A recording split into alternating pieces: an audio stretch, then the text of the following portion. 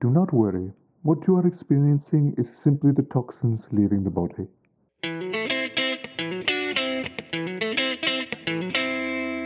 Hello people of the Earth, Stars, Venus, and Mars. My name is TimeLord1452 and welcome back to my channel. And today I'm going to be reviewing A Cure for Wellness. Trust me, after you see this movie, you will never want to drink water again. This movie stars Dane DeHaan, Mia Goth, and Jason Isaacs, and is directed by Gore Verbinski, who you might know as the director of The Ring, the first three parts of the Caribbean films, and Rango. So in A Cure for Wellness, a young stockbroker travels to the Swiss Alps to retrieve his CEO from a mysterious wellness center that supposedly holds the cure to an unknown ailment that afflicts us all. This is a story that, if you strip it down, is basically a simple try to escape from a sanitarium, asylum, or hospital film. But all the layers that are stacked on top of this generic tale make it something that feels very original, new. One of the stronger aspects of this film is basically not so much as jump scares or terrifying creatures or spirits, but more along the lines of something cringeworthy. And what I mean by that is certain scenes that stick out, such as parasites entering the body, teeth being pulled out, that sort of thing is kind of what this movie is a bit made up of. Throughout this movie, we follow our protagonist Lockhart as he's trying to figure out the mystery of what's going on, since it apparently has a very dark history that throughout the course of the film, you actually learn more and more about. The information that we get is very drawn out throughout the film,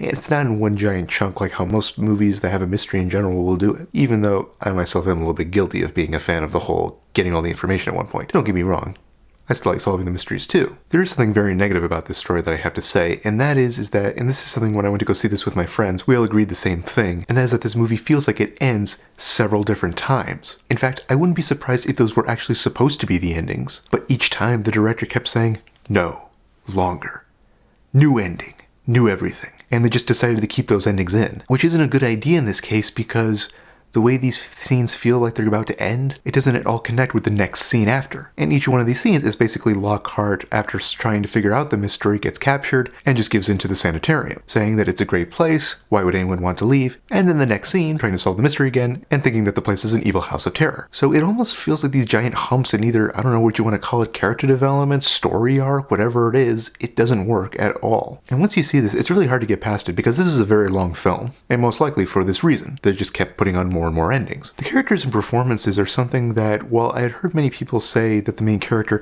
is not somewhat of a very strong actor, I both agree and disagree with that. At the very beginning of the movie, he very much reminded me of Calculon's replacement in All My Circuits in the TV show Futurama. If you've ever seen that episode, then you know exactly what I'm talking about. But if you haven't, then basically the best I can describe it is that he's very dull. He has no character to him. He's very boring. Half the time I couldn't even understand a word he was saying.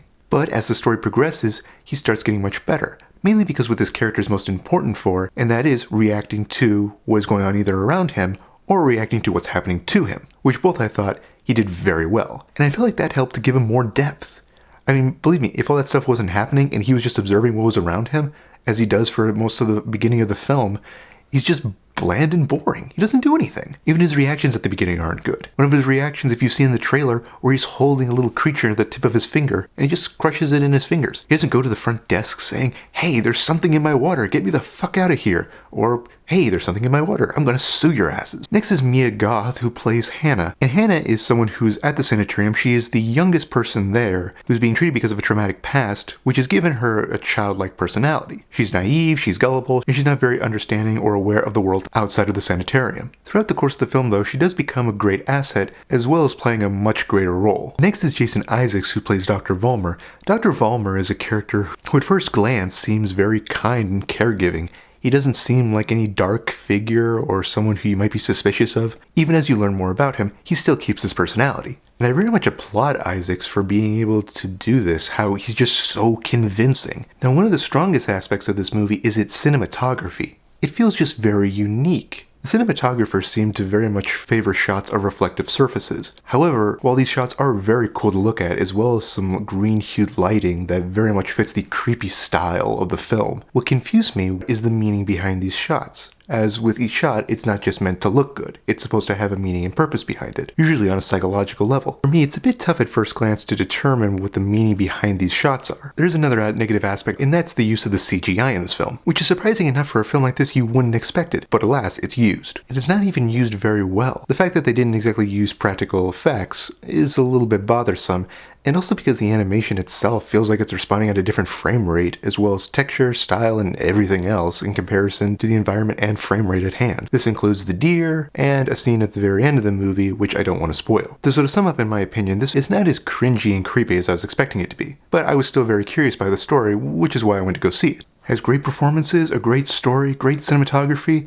but still has some problems like the multiple endings and some pretty bad CGI. So with that pie chart figured out, I'm going to say that A Cure for Wellness bent the nail. Careful next time. If you like this review, break that like button in half, subscribe right here to see more, follow me on Twitter at TimeLord1452, and until next time, I hope you have enjoyed. Allons-y.